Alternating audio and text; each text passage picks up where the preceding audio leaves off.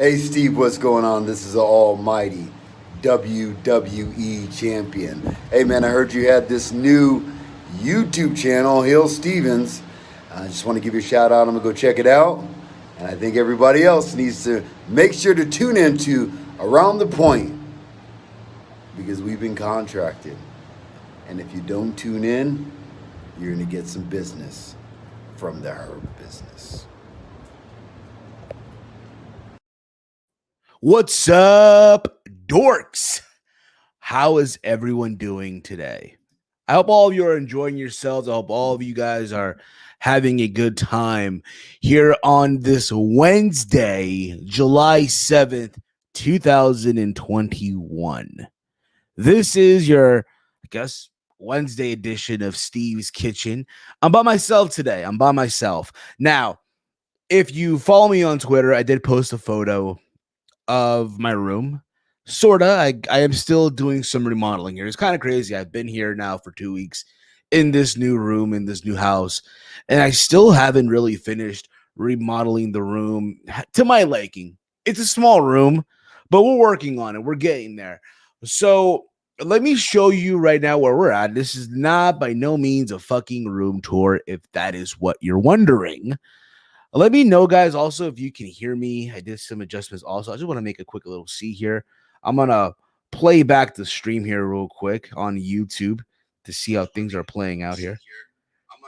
Yeah, we're going good. We're doing good here. So let me just show you guys, how things are going right now. And here we are.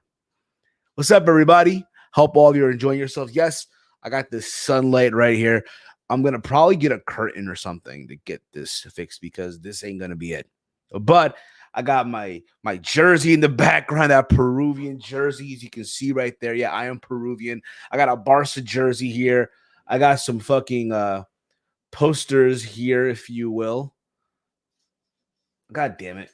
But you kind of get the idea, right? Some posters going down that way and some posters up there as well. So we can call this the wrestling wall for all intents and purposes. But this is the room. This is how we're looking for now. But I do hope to get things going. I hope all of you enjoyed your week.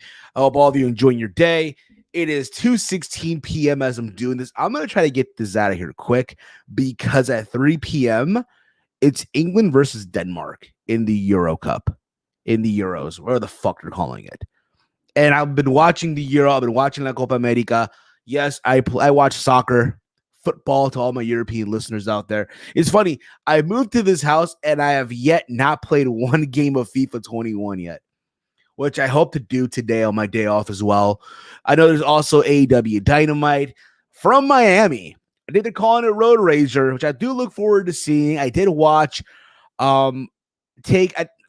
Holy shit. I did watch the Great American Bash to the best of my ability because yesterday we were dealing with a fucking rainstorm, a fucking storm here in New Jersey. I was at work yesterday and apparently it was raining so hard. The wind was so hard that one of the electric, the poles, if you will, right? It came down. So they had to shut down the street. They had to shut it down because people couldn't, get through, what have you. And they closed the store down. I had to leave at 9, but I left at 8. Like, fuck this shit. I live in another town. I got to drive in this shit. And one thing about me, I don't like driving in the fucking rain. So there was that. Okay. I got home. I watched. I basically missed the first match, which I did get to watch. I'm gonna get this whole NXT real quick out of the way, and then we'll get into the other stuff. Okay, I'm gonna say this right now. I think overall, them doing the Great American Bash shows are great. I dig these concept shows. I really do. They're not takeover. They're supposed to be like takeover, but they're not. But the one thing I will say, and I said this in the last takeover review that I did with Mike. Mike's not here, by the way. It's just me today. But here we are. So I did say this during the Great American Bash review. My bad. Was it Great American Bash review? No, I said this in the In Your House review that they need to seriously get out of the CWC. This crowd sucked. The show overall was good. I thought overall it was a good show, but the crowd just fucking sucks. It's not their fault. It's not WWE's fault either, or NXT's fault for that matter.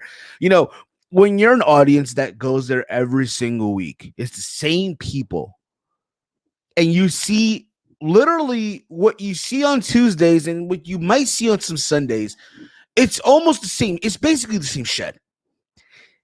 So you're not going to, these people that are sitting there every single fucking week, they're not going to get wowed anymore. They're like, oh my God, it's not happening. It's over. Dare I say, this is basically, I would say, a bigger scale of the Impact Zone.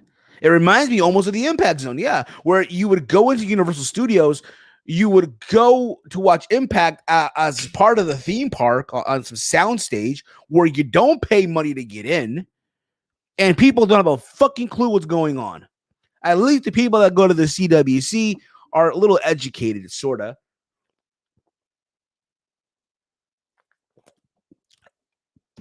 Excuse me on that one. But overall, though, the show as a whole, I did enjoy. Great main event. I thought the show opened off with a good tag team match between MSK versus Ciampa and Thatcher. Went very good back and forth. I'm not going to lie to you guys. A part of me thought that they were going to give the win to Thatcher and Ciampa. You know, in the idea that, hey, you know, MSK is getting booed left and right. So you would think, okay, they're probably going to let them go the heel route, right? Or have a way to, you know, maybe cheat to win. But no, it was a good back and forth back. There's a moment where I think it was Desmond Xavier. I apologize if I'm butchering. I know that's not his WWE name, okay? That's all I know him by. Bear the fuck with me. He went for like a backflip, and in midair, Ciampa just drop kicked him. The visual looked ugly as shit. But when it was all said and done, MSK got the win, which I was not expecting. I don't know about any of you out there, but I really was not expecting that. And there was that. From there, we had the face-off between Johnny Gargano and Karrion Kross. You had Samoa Joe and Regal in the ring for all this. I literally thought they were going to do the match here. That was the vibe I got here. Just the match, okay. But no, we're going to get it next week. It's happening next week, and it's going to be for the championship. And they announced that Samoa Joe will be the special guest referee, commissioner or sheriff Samoa Joe, whatever the fuck you want to call him. And I did like the back and forth exchange between Kross and Gargano. There's talks that Karrion Kross might be on his way up to the main roster. I know that he was up at the Thunderdome for dark matches on main event. Not just him, but also Bronson Reed, who did lose his title last week to Isaiah Swerve Scott, which I'll get into in just a little bit. I know they also had Shotzi Blackheart and Toni Storm at these dark matches too. So there's that also. I know a lot of people are panicking. They're shaking in their boots, wondering who's gonna be making their way up to the main roster, right? But I did like I mentioned before, the exchange back and forth. Very well done. Very well done. It's funny because Carl talked about Johnny's wife and I guess how she wore the pants in the family, but yet Gargano responded, oh, but at least, you know, there's one thing you can't do, that's lace up my wife's boots, this and that. There's people that are speculating that Gargano's winning the belt. I don't want to say that's gonna. I mean, it's a possibility. It really, really is. But I just don't see it happening right now. It'd be kind of corny, a corny way for Kross to lose the belt, in my humble opinion. But at the same time, I don't know who the fuck am I supposed to cheer for here. I don't know who's the heel, who's the baby face here. I don't fucking know. From there, we had Cameron Grimes versus Eric Clark in the chat. Yo, Steven, what is up? Eric, how are you, buddy? How are you? We had Cameron Grimes to the moon and LA Knight for the $1 million championship, where if LA Knight were to win, Cameron Grimes would become basically his Virgil, his butler. And when the stipulation was announced, you kind of knew where they were going to go with it. You knew that, okay, this is basically a way to get sympathy onto Cameron Grimes. And it was a fun match. Dare I say better than their TakeOver stand and deliver match. My bad. TakeOver in your house match. The ladder match for the championship. Dare I say. They went back and forth, right? They literally had you thinking that, yo, Cameron Grimes is going to win. He's over his shit right now. Hello, how are you? No, how are you? And it's one of those things where, the way they're doing this, okay? Because at the end, obviously LA Knight, he brought the title into the ring. He took it out. They were on the outside. LA Knight hit a DDT onto the championship on Cameron Grimes. Cameron Grimes beat the 10 count. But when it was all said and done, Cameron Grimes tried everything he could, but he couldn't do it. He ended up losing, as it should have been. Because now what you do is you get more sympathy on this guy. It makes you want to see this guy get his revenge, if you will, right? It's going to be even more sweeter. Hopefully, when it does happen, they're not in the CWC. Hopefully, again, with the main roster going on the road, I do want to see NXT also go on the road. I'm not saying, like I mentioned earlier a while ago, I don't want to see them in big arenas every single fucking week. If you can do small venues like the Hammerstein Ballroom, Chicago Ridge, which Ring of Honor did shows back in the day in Chicago, these small venues, right, were for a small, good atmosphere, it could work. But that being said, with Cameron Grimes, they have potential. He has potential to be as over as Sami Zayn was in 2014 in NXT. And if you guys watch NXT at that time, you know what I'm talking about. So I look forward to seeing where all this goes down the road. We also they announced, I guess, the guys that are going to be will be competing in the NXT Breakout Tournament. That's cool to see. The winner of this, I guess, gets a shot at a championship of their choosing. That's cool to see too. You had Zoe Stark and Io Shirai versus Indy Hartwell and Candice LeRae for the tag title, the women's tag titles. I'll be honest with you. To me, this match was whatever to me. It really was whatever in the sense of I was going back and forth. I'm not going to lie to you guys. I was watching Great American Bash at the same time. I'm watching Colombia versus Argentina in La Copa America, right? I'm scrolling through the channels. And when I'm watching this match, what did you think I did? I'm not going to lie to you guys. I was watching La Copa America. I honestly didn't care. That's just the thing about it. You know what I mean? You can tell Zoe Stark's going to be something on that brand. That's their project right now. Okay?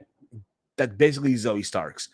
With Io Shirai, it's like, it's something for her to do. I want to believe that she's one of those people that might be coming up to the main roster, and Triple H basically pulled some moves so she does not go to the main roster by putting this title on there. And that's fine. You got to sacrifice some people, I guess. You know what I mean? But when it's all said and done, Tegan Knox, who I guess was the person with the battery charger vignettes leading up to the show, popped up, distracted, I guess, Candice LeRae, and Indy Hartwell got the pin at the end. So there was that. When it was all said and done. So we have new tag team champions.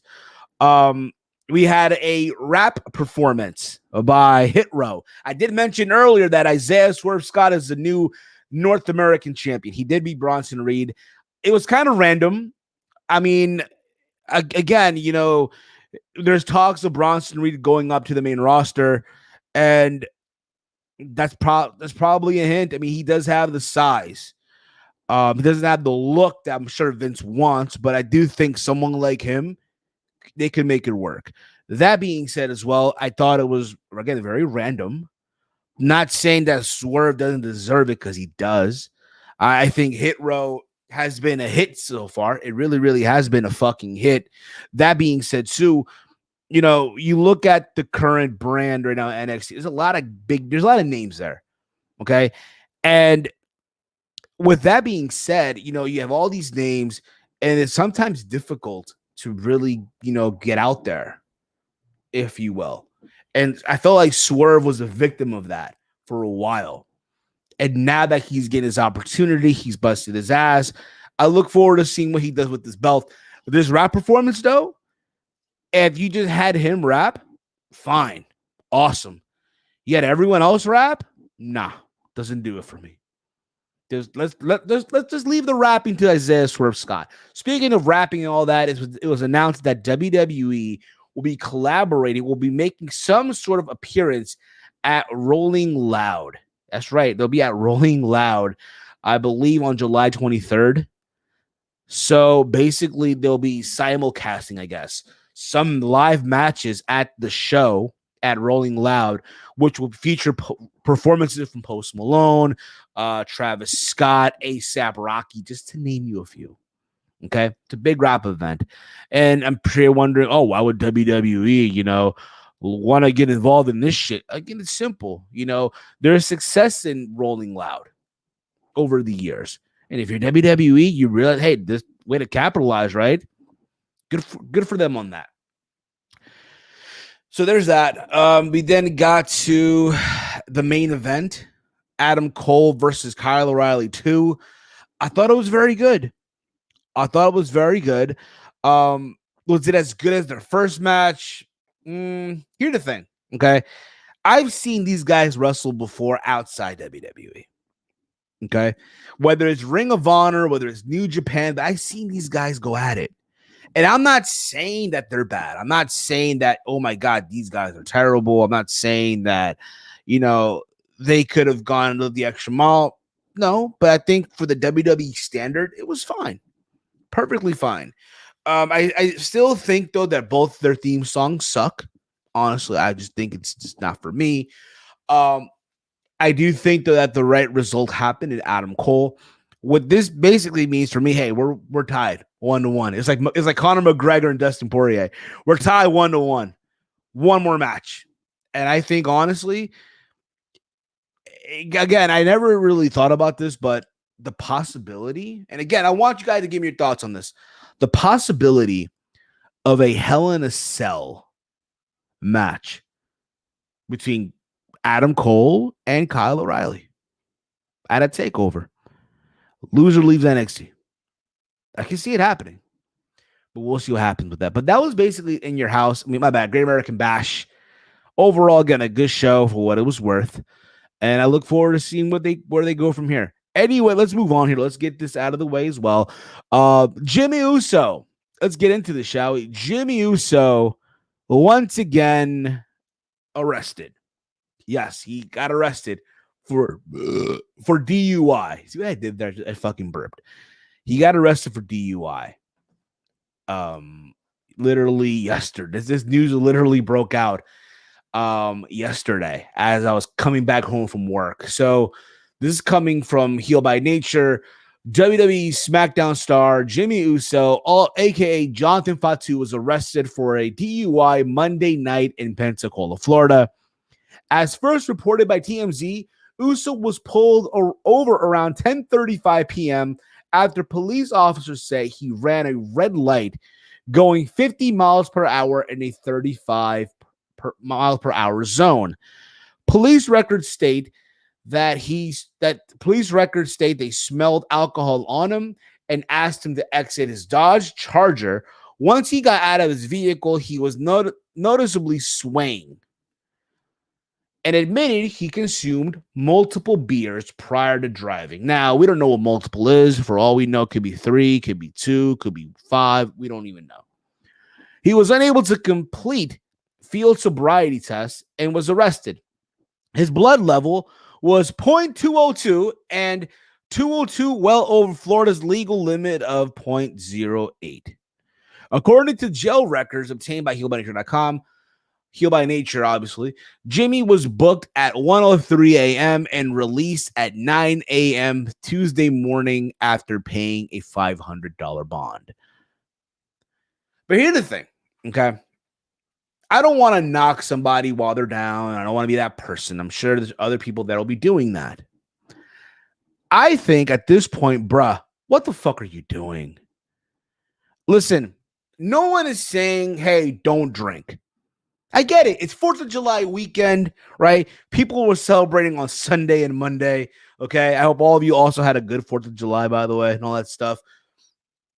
And no one is saying don't drink. Yeah, of course, bro. You have all the rights to drink. If you want to drink, have a drink. Okay. But drink responsibly. That's the thing. And here's the thing also, this is not the first time, nor the second time.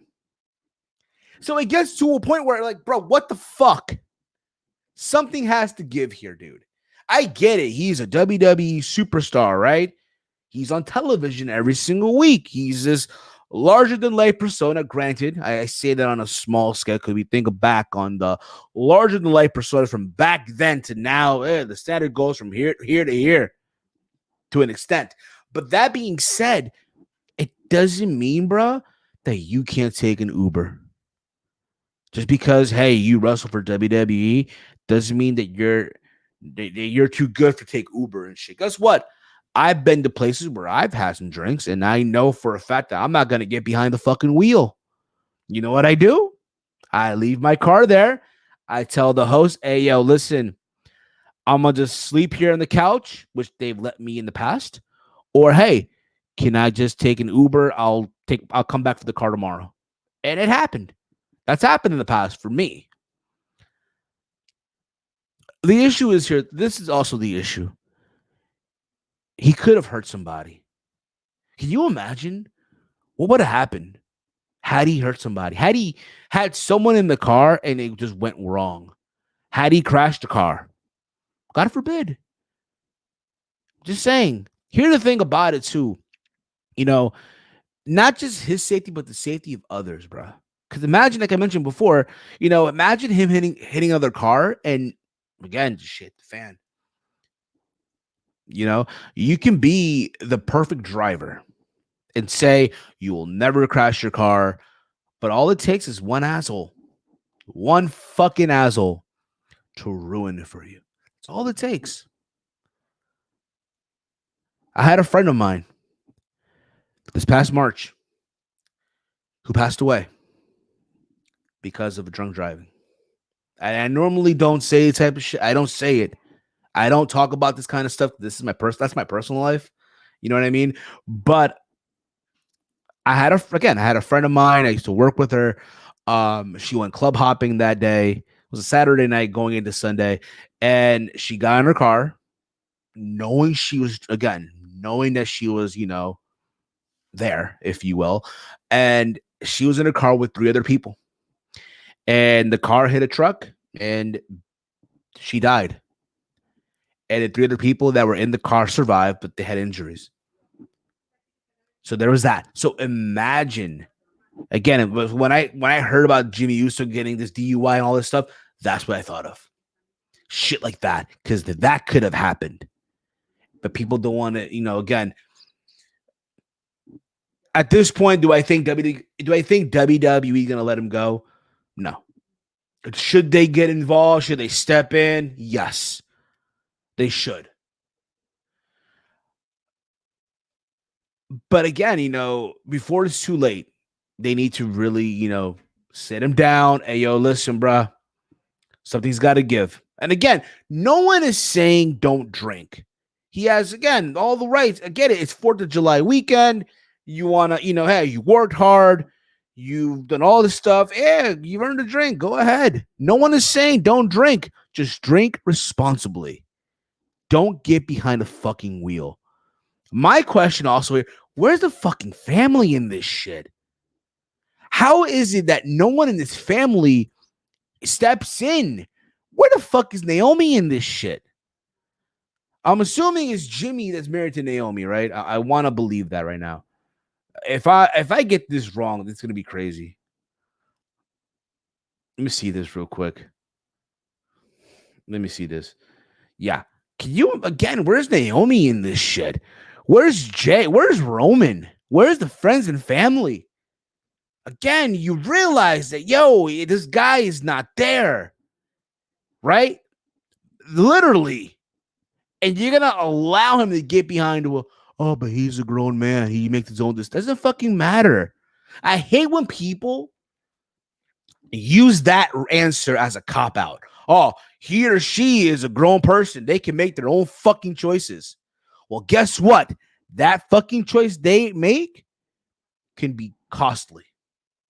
You can be the perfect driver in the world, like I mentioned, but all it takes is one asshole, one fucking asshole to ruin it for you. Just saying.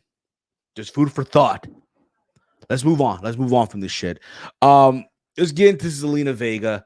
So last Friday, Zelina Vega made her return to WWE. She made her return, and a lot of people were, I guess, shocked by this because let's be honest here. You hear about, Aleister Black getting released, right? And Zelina got released months ago prior for, I guess, breaching the third party agreement, right?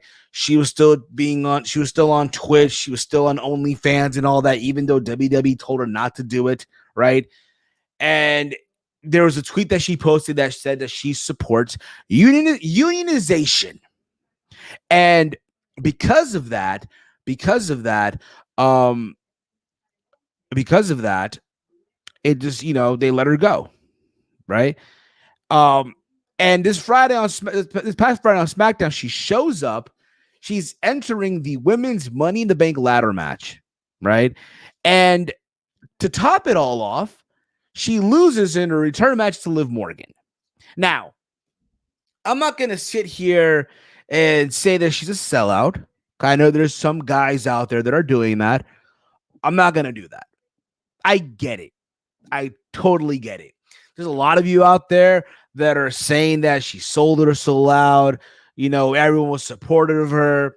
You can make that argument all the fuck you want. I get it. But at the same time, people need to understand something, yo. All you fucks out there that say, it's all about the passion for pro wrestling, which, yes, you do need to have in business. Don't get me the fuck wrong. But the key word I just mentioned right now, it's a business decision. Turns out as well, this is coming from Fightful, that basically, coming out, my bad, PW Insider, Mike Johnson basically said that basically after Vega was released, there were segments of the company who felt she should have been retained and not released. We were told those segments of the company pushed for conversation between the two sides to continue. They eventually did, and we are told after a long period of back and forth conversation, WWE executives apologized to Vega and made her an offer to return. Eventually, she decided to go through that open door and sign back with the company. So there's that. Now, listen, again, people need to understand it's a business at the end of the fucking day. The WWE really, yeah, they fucked up. They did. Let's not kid ourselves here. They fucked up.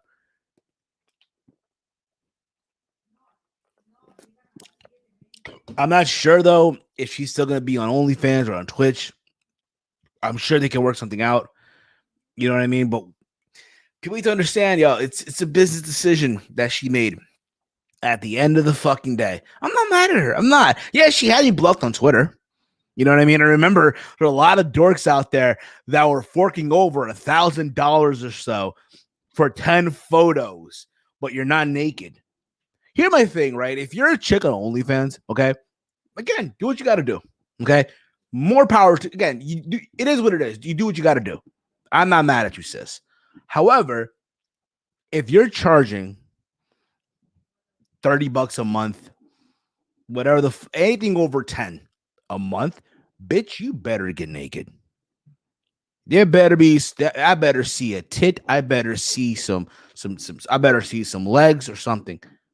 Just saying, okay? Just fucking saying. But there's that. I mean, listen, people are now saying, oh, Aleister coming back because that's her husband. I don't think so. I don't think that's happening anytime soon. I think, honestly, she's back. Do I see them doing anything with her? No. Does, hey, can you put her in the mix? Yes. Let's be honest with you. You look at that SmackDown brand. It's flat. It's a flat division right now. It really, really is. You think about it, right? You have Bianca, who's a champion. You have Bayley, Sasha, who's on her way back, right? You have Carmella, you have Liv Morgan, and I guess now, Zelina Vega, 6 women. And I'm not counting, okay, Natty or Tamina because they go on both shows. I'm not counting Sonya Deville because, again, she goes to both shows. I'm not doing that. But yes, SmackDown, the women's division is flat. So yes, they realized that they fucked up. We need some bodies. Let's bring her in. And at the end of the day, Zelina made a business decision. At the end of the day, pro wrestling is a fucking business. I know a lot of you. Let's put it this way: had she shown up on Dynamite, a lot of you dorks would have went crazy. Oh, good for you, Zelina, Tia. Good for you, sis. You're with Andrade now, which, yes, I'm pretty sure Andrade could have definitely used Zelina Vega or Tia Trinidad, right? I'm sure she could have used her. Now there's talks of, hey, maybe Selena De La Renta from MLW being the person, but we'll see what happens. I know tonight's Dynamite. They're in Miami. Andrade's wrestling Matt Sydal or Matt something. There's a surprise there. We'll see what happens. I look forward to seeing what the fuck they do. So there's that. I know also in the news that, what's it called? CJ Perry, the former Lana, was a guest on the Talk is Jericho podcast. Now, mind you, this is tradition, I guess, for anyone that gets released from WWE. They make that one appearance on Talk is Jericho. And I thought overall the episode was there. But apparently on this episode, she was going to spill the tea, all right? Or, spill the tea on WWE. And here's the thing about it, okay? Hearing her speak and hearing her, use internet slingo, like, smart mark fans and shit like that, it's cringeworthy. It really, really is. I think the one thing that got people so mad, like, oh my God, how dare her, is that she basically wants on her next deal, whatever it may be, if it's wrestling wise, right? If it's AEW, shit like that, she wants a no cut clause. Basically, she can't get cut. No matter what happens, she can't get fucking cut. So there's that too. Good luck with that, sis. I don't see that happening at all. You can try all the fuck you want, but I just don't see it fucking happening. Sorry, it's not gonna work. You're not that special. You're not a Trish Stratus. You're not a fucking Lita. Hell, you're not even a fucking Molly Holly for that level. You know what I mean? What makes you think that you're even deserving of a deal like that? What have you done? Yes, no one's denying that she played a significant role in getting Rusev over. No one's denying that. No one is. But that's not happening. You're not going to get no fucking no-cut clause. That's not happening. I want to go back to Tia real quick. There's talks of her, all this and whatnot about AEW and all this. Let's be honest here. When she was carrying that whole energy of unionization, it's not like Tony Khan or Court Bauer, right? Or Carrie Silkin or the people at Anthem, right? It's not like they were going to pick up Zelina or Tia for that matter if she's going to bring that whole yip yap of unionization. It wasn't happening. They don't want to hear that. Just food for thought as well. Hence why she deleted those tweets, if you will. Let's see what else happened this week. I watched parts of Raw. I know that Kofi and Xavier teamed up to take on Bobby Lashley MVP. Kofi did get his win. He pinned MVP. You want to give him momentum, even though he's not winning. It's not happening at the Great American. At Money in the Bank. We also had fucking Alexa Bliss and Super Nikki. I said this on Twitter. This whole talk of Nikki Cross being this superhero now all of a sudden. What if, okay, and then people are shitting on this whole idea of her being a superhero, and I get it. But what if this whole time, right, it's Alexa Bliss who has Nikki Cross under the spell, making her believe that she is a superhero. Just saying. I'm just saying. People are shitting on it right now and they're crapping on it. I'm willing to give it a chance. I know on the surface it doesn't look pretty at all. It looks terrible. I get that. But what if this whole fucking time it's basically their way to say that, hey, Alexa has Nikki under control, having her think she's a superhero.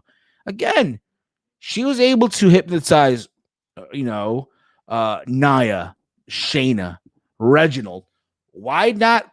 Why am I to not believe that? Hey, she has Nikki Cross under some type of spell. It's quite possible. It really, really is when you think about it. There was that also. I don't really like watch on Raw. I didn't really give a fuck about it like that. I know there was a battle royal last week where Matt Riddle was representing Randy Orton. He won, then he faced AJ and McIntyre in a triple threat, and McIntyre got the win. So Orton is not even in the fucking Money in the Bank. I did like the backstage segments with Riddle and Damian Priest. It's like they're friends in real life. It's like, they're friends in real life and they have this chemistry. It's fucking cool. So there was that. AEW last week was the final Dynamite. I'm sorry, WWE Dynamite was on last week.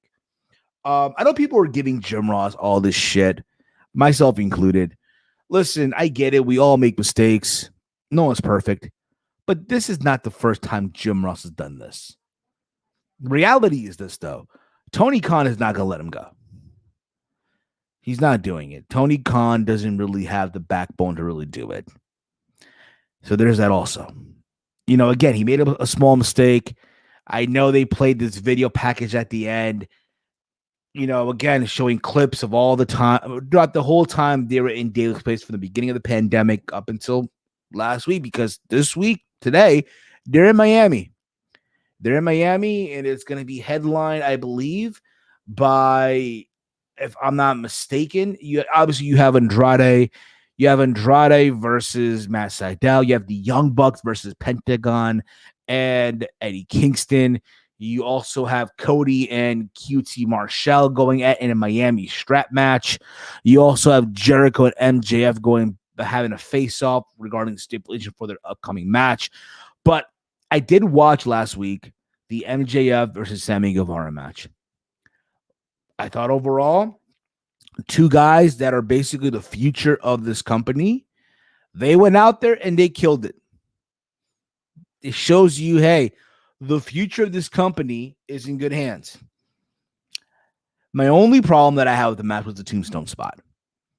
The fucking tombstone from the middle turnbuckle onto the floor, or to the canvas, if you will, and Sami kicked out. Now listen, for those that say, hey, it's an Undertaker move and all that stuff, I get that. Hey, that's sacred, right? To be fair, I even cringe when I see Okada in New Japan do these spinning tombstones as a setup move for the Rainmaker, which is basically a fucking clothesline. Okay, I'm just saying. But other than that, I have no problem with the match. I thought the match was pretty good. And that's what you want to see. And again, you're giving, and again, this whole thing that everyone thought Sami was going to win. MJF got the win at the end. He had help from the Pinnacle. Again, with this whole potential match with Jericho on the horizon, you want to give MJF some momentum. So there's that also. I think also today you have, if I'm not mistaken, I think it's Brian Cage defending the FTW title. I could be wrong on that. I think it's against Big Powerhouse Hobbs. So we'll see about that also. So there's that. I mean, listen, overall, this move has been, fast. I like this new town that I'm in. Put it this way. When I want to go to the movies now, I just walk there. It's literally next up the block, the movie theater, basically. Let me just go on Twitter real quick, see what's happening in the news real quick, because you never know. You never know what's happening, right? Let's see here. Let's see here what's happening in the news. Um, let's see here. Nothing right now. Nothing. Other than that, I know this Sunday is Ring of Honor's Best in the World pay-per-view, which I might watch. I'm not really sure, to be honest. Um, but we'll see what happens with that. Also, this Saturday is UFC 264. You're gonna have the main event of Dustin Poirier versus Conor McGregor 3, the third fight. You guys remember back in 2014? 2014, Brandon Schaub, not 2016. They had their first fight. Conor got the win. And that was Conor coming up in the rankings. Everyone was going through this journey of McGregor. And I remember when that happened, everyone all of a sudden just jumped on the McGregor bandwagon. And here's the thing about it, right? I think Conor McGregor is an amazing fighter, all the fuck you want. I just think his fan base at times, even back then, were annoying as shit. Granted, a lot has happened in his life. Literally. Since that fight, obviously, he became a multimillionaire. He has own, whiskey company. He won not just one title, but 2 titles literally at the same time. He's had a boxing fight with Floyd Money Mayweather. So he's literally, again, he's done all this stuff, right? Mind you, while all that happened, right, Dustin Poirier has been killing it, right? Coming out of that loss, he went up to lightweight. Their first fight was at featherweight, by the way. Dustin went up to lightweight and tore it up, won the interim title. He only had one loss. That's to Eddie Alvarez. Okay. But after that, though, he's been on a fucking tear. Won the interim title, right? Lost to Khabib, but he still had that, again, that momentum. He was still killing it, right? The rematch happened back in January in Abu Dhabi, not Dubai, Brandon Schaub. Love you and all, but just saying, right? There were people in the building. I did hear below the belt, and he was saying there were no people. I'm like, bro, they were in Dubai. They used the fucking Etihad Arena in Abu Dhabi for that fight. How do I know? Because the co-main event was Dan Hooker versus Michael Chandler, where Michael Chandler knocked out Dan Hooker. Just saying, okay? And in that fight, Poirier got his revenge, knocked out Conor McGregor. He worked with these calf kicks. I'm pretty sure going into this fight, Conor has that well scouted. But that being said, though, as far as a winner goes, the question is, how badly does Conor want it? You know what I mean? When you have $400 million in the bank, right? And you are basically riding in these private jets and yachts and, having these expensive watches and suits and all this shit going on in your life, right? You have 3 kids. Your family, you and your kids are set for life, right? Is it really worth it now? Is the hunger still there? I don't know, really. I don't know. I do think Conor has a better game plan now going into this fight. I look forward to see. Here's the thing about it, right? It's a McGregor card, granted, okay? And they're in Vegas at the T-Mobile Arena. Full capacity, by the way. I was going to do a live reaction, but I'm actually going out to watch that fight. So there's that. So there will not be a fight reaction for that show. Just so you guys know, all right, I might do one actually for Best in the World. I am not sure yet how that's going to go. So keep your eyes peeled for that. But as far as who wins this, if we get a serious Conor McGregor, right, that literally the best Conor I think anyone's seen was when he fought Eddie Alvarez. If we get that McGregor,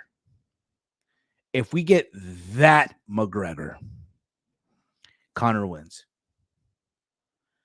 But if we get the Conor McGregor that basically coming out of the press conference after the second fight, where he wasn't mad that he lost, where it's like he just doesn't care, I think Poirier might take it. You know what I mean? But if you're Conor, if you lose this fight, think about this, right? Conor coming out of the Eddie Alvarez fight in 2016. We're talking 5 years ago. He fought Floyd Mayweather, right? He fought Floyd and he lost. Fought Khabib and he lost. But prior to that, that last fight was 2 years ago. So there was a 2-year layoff between those two fights. And then he went on to fight. After that, he fought Donald Cerrone. That was the year after. And they took a year off after to fight Dustin Poirier. Obviously, the pandemic happened, all that stuff. He lost to Poirier, right? So this is a quick turnaround for Conor McGregor. Last time I remember. So he's took him some time off in between. While Dustin's been fighting, he's been killing it. Here's the thing. I'm going to go with Dustin Poirier. I think Poirier takes him. Does he finish him in 2 rounds? I think he finishes him in 3. So there's that. Reading the comments here as well. The Extreme Rights here. Do you think Jimmy Uso's name value is going to get him the treatment from the WWE of get rehab or get released instead of instantly being released after failing a 3rd strike? Here's the thing. You know, last time I checked, Jeff Hardy should have been gone a long time ago. If we're going to go with that route, right? Jeff Hardy's been arrested for DUIs and all that stuff. I know he's waiting trial last time I checked. But if you're WWE, yeah, I think it's going to get to a point where, you're going to have to start implementing these. Listen, again, no one's saying that Jimmy can't drink. Yeah, listen, it's 4th of July weekend. Have a drink. Enjoy yourself. But do it responsibly. Again, I said this earlier in the show. How is it that no one in his circle, how is it that no one advised him, hey, man, don't get behind the wheel. We'll give you a ride. We'll call you a cab. We'll get you an Uber. How is it that no one did that for him? That's the most disappointing part in all this shit. Because all this could have been prevented. In all seriousness, it could have been prevented. But instead, you wake up Tuesday morning, you hear this news, and I don't even think you'll be on TV on Friday. But we'll see what happens. Anyway, guys, listen, it is 3:01 p.m. I'm about to go watch the Euro. It's Spain versus Denmark. The winner faces Italy. Yesterday was Italy versus Spain. I was at work watching. I was working and watching the game. And it was insane. It's crazy how the vibe is when you're watching the Euro Cup versus La Copa America. Obviously, because La Copa America is in South America, and they're basically competing in empty stadiums. There's no people. It's in Brazil. As you guys know, Brazil is one of the countries with the highest rate for COVID. So there's no people in the stadiums. But if you watch the Euro, they're competing in all over Europe, and they have people in the stadiums. Jam-packed to the Raptors. Night and day. I can't wait again to watch South American soccer in a full capacity stadium. I cannot fucking wait. Quick prediction for 723 Fury versus Wilder 3. Here's the thing with this fight. If you're Deontay Wilder, you have so much to prove in this fight. Number one, don't go in there with a heavy, ring entrance gear attire that's heavy as shit. Don't do that. From what I've seen from Wilder and his training tapes and shit like that, he's looked sharp. The problem is Tyson Fury exposing him coming out of that second fight. All he really was a guy with, I think, a right hand, and once that right hand just hit, it's over, right? I'll just say this. I look forward to seeing either Tyson Fury versus Anthony Joshua or Anthony Joshua versus Deontay Wilder. I think both of those guys beat Anthony Joshua, right? I think they both beat Anthony Joshua. I think both fights are big fights for boxing in the heavyweight division. Can you imagine Wilder versus Joshua here in the States? US versus UK for the heavyweight championships? Holy shit. Can you imagine that fight in Cowboy Stadium? Full capacity? Can you imagine that fight at a T-Mobile Arena or that fight at a Wembley Stadium sold out, which Anthony Joshua would sell in a fucking heartbeat, fighting random bums on the fucking street? Or can you imagine Wilder versus, my bad, can you imagine Fury versus Anthony Joshua in the UK? Sold out stadium. Shut up and take my money. That being said, though, I'm going to go with, here's the thing. I want to see Wilder get his win. I really, really do. But my heart of hearts says Tyson Fury. So there's that. Anyway, guys, I'm about to go watch the Euros, Spain versus Denmark. Like I mentioned earlier, last night's game between Italy and Spain was crazy. Italy looked like they had it won. Spain scored a tying goal. They went to overtime, then the penalties, and that's where Italy won. And then the Copa America, this past Monday, Peru lost to Brazil, so they were out in the semifinals. And yesterday, Colombia played Argentina, and Colombia lost in penalties. So now we're getting the battle between Messi versus Neymar this Sunday. Listen, after what I saw, I just hope Leo Messi gets to lift that trophy come Sunday. And as far as England versus Denmark, I'm gonna go with England. I do like the story though of Denmark, this miracle story. And the winner faces Italy, but the loser, obviously, that being Colombia. Now Colombia plays Peru on Friday for the third place, so we'll see how that goes too. Anyway, guys, I'm gonna wrap this up here. I thank you all for tuning in. You all have been awesome as always. I will likely be doing a live reaction to Ring of Honor's Best in the World.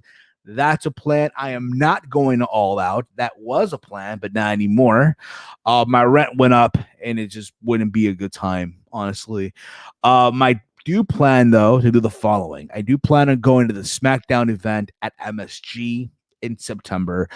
I am going to AEW Dynamite at Prudential September 15th, and I know they're doing a show in New York at the Arthur Ashe Stadium come September 22nd. I do plan on going to that show too. So there's that. That's my way of compensating for not going to All Out. So there's that too. All right. Anyway, guys, I'm going to wrap this up here. Thank you all for watching, listening, what have you. If you are new to the YouTube channel, hit the subscribe button down below. Give the video a big old thumbs up. Share it through social media. Follow me on Twitter at HeelSteven. I hope you all enjoy the wrestling wall here for what it's worth. I got my Peruvian jersey. I got some autographs there. If you're wondering, that's the Rock and Roll Express, Conan, and Ricky Steamboat. If I move the microphone, I have a Kevin Nash Impact Wrestling action figure from the blue bag special. My Peruvian soccer jersey. I have right here my Barcelona Lionel Messi number 10 jersey, and more posters over here. I got obviously the WrestleMania 32. I got Naito. I got Nakamura, Jack Evans, Vince Russo, Styles, Nakamura over there. And I got Naito, and I got Okada and Tanahashi. So that's basically the wrestling wall for now. I do plan on getting more stuff and a lot of fun stuff. But this is going to be it for me. I mean it now. I'm out of here. Thank you all for watching. This has been Steve's Kitchen. I'm out of here. Peace out, everyone. Enjoy the rest of your week. Stay cool out there. And whatever you do, don't drink and drive. Peace out, y'all.